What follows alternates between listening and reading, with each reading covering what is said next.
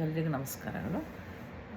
ಇವತ್ತು ನಾನು ಈ ಗಂಗೆ ಚ ಯಮುನೆ ಚ ಗೋದಾವರಿ ಸರಸ್ವತಿ ನರ್ಮದಾ ಸಿಂಧು ಕಾವೇರಿ ಜಲೇಸ್ಮಿನ್ ಸನ್ನಿಧಿಂ ಕುರು ಅಂತ ಹೇಳ್ತೀವಲ್ಲ, ಅದು ಯಾವಾಗ ಹೇಳಿದ್ರೆ ಅದರಿಂದ ತೀರ್ಥ ಆಗಿ ನಮಗೆ ಅನುಕೂಲ ಆಗುತ್ತೆ ಅಂತ ಹೇಳ್ತೀನಿ. ಸ್ನಾನ ಮಾಡೋದಕ್ಕಿಂತ ಮುಂಚೆನೂ ಇದನ್ನು ಹೇಳಬಹುದು.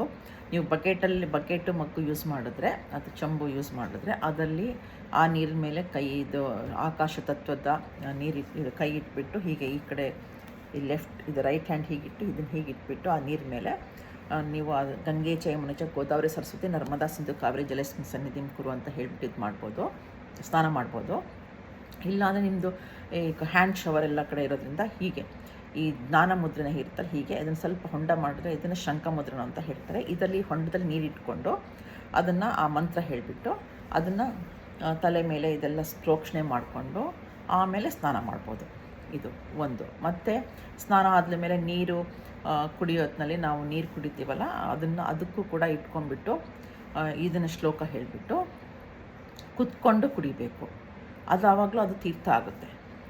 ಆಮೇಲೆ ದೇವರಿಗೆ ಸಮರ್ಪಣೆ ಮಾಡ್ತೀವಲ್ಲ, ನಾವು ನೀರನ್ನು ಇಡ್ತೀವಲ್ವ ಒಂದು ಚೊಂಬು ಅಥವಾ ಕೊಡದಲ್ಲಿ ಪಾಟಲ್ಲಿ, ಅದಕ್ಕೂ ಕೂಡ ಇದನ್ನು ಹೇಳಿ ಇಟ್ಟರೆ ಅದು ತೀರ್ಥ ಆಗುತ್ತೆ.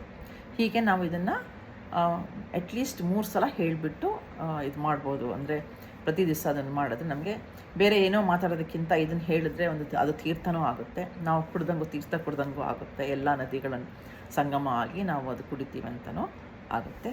ಧನ್ಯವಾದಗಳು.